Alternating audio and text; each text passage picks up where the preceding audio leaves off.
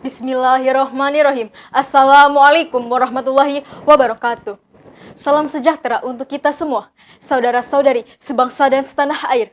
Dimanapun berada, izinkan saya membawakan pidato biografi dengan tokoh Raden Ajeng Kartini. Kaum wanita berperan penting dalam kehidupan suatu bangsa. Maka tidak mungkin suatu bangsa dapat maju sepenuhnya jika kaum wanita tidak berpeluang sama dari kaum pria dalam hal pendidikan.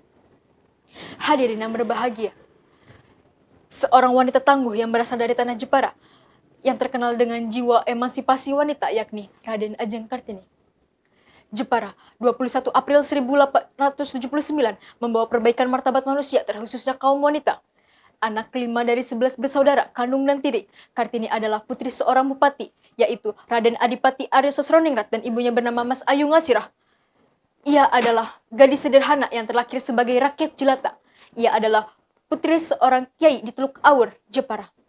Statusnya bukan berasal dari keluarga bangsawan, melabrak aturan kolonial Belanda. Aturan yang diterapkan oleh Belanda bahwa seorang bupati harus memilih keluarga bangsawan juga sebagai pasangannya saat ia menikah. Hal ini tentu menyulitkan Aryo agar tetap bisa memenuhi aturan kolonial Belanda. Akhirnya ia menikah dengan Raden Ajeng Worjan yang masih memiliki darah biru kerajaan Madura. Tak lama dari pernikahan keduanya, ia pun diangkat menjadi seorang bupati bersamaan dengan lahir putri kecilnya, Kartini. Dengan beruntung, Kartini memiliki seorang kakek yang sudah terbiasa mengajarkan pendidikan barat terhadap anak-anaknya.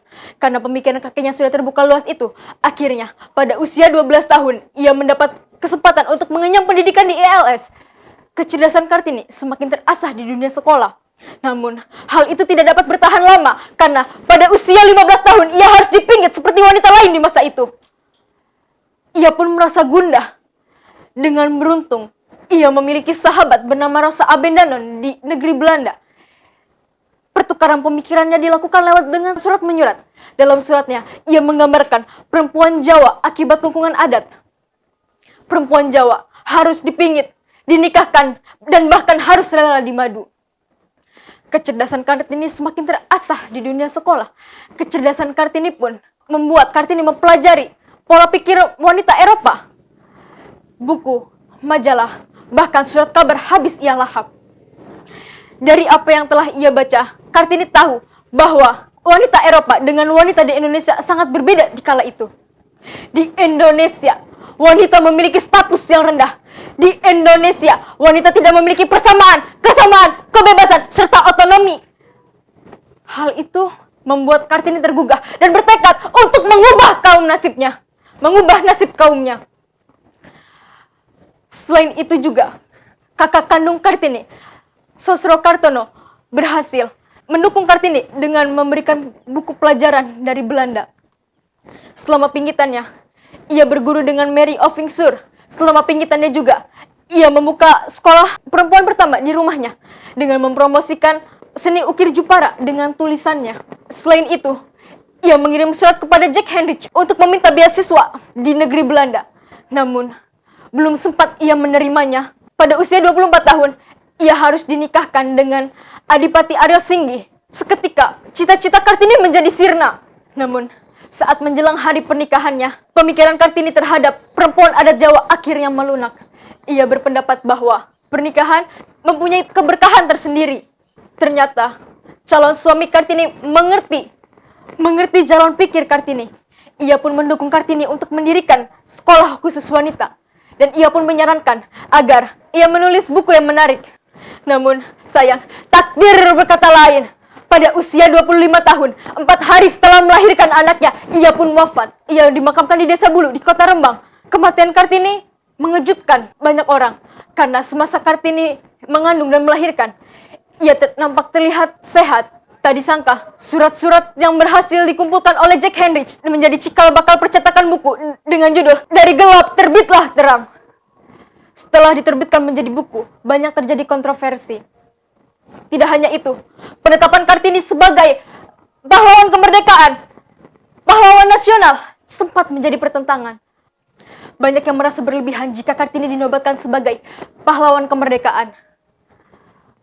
Namun, pihak pro Kartini berhasil meyakinkan bahwa perjuangan Kartini dalam menyuarakan derajat wanita adalah suatu pergerakan nasional.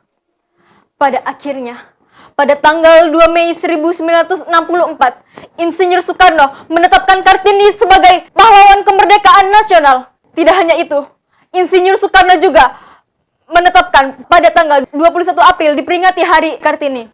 Namun, selain itu juga, kekaguman Weg Rudolf Supratman kepada pemikiran Kartini dituangkannya melewati lagu yang berjudul Kartini, lagu yang menggambarkan sebagai emansipasi wanita.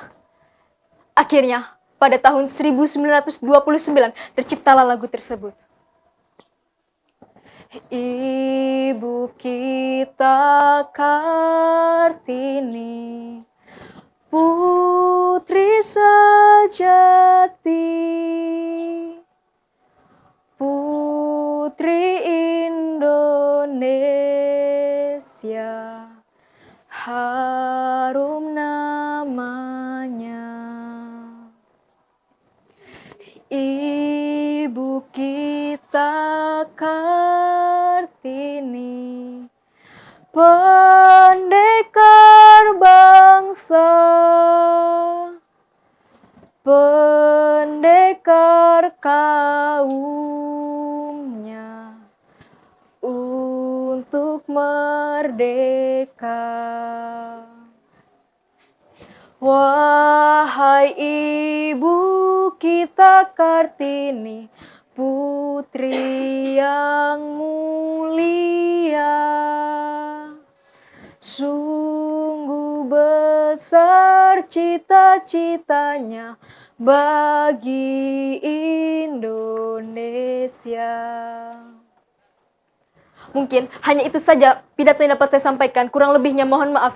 Wassalamualaikum warahmatullahi wabarakatuh.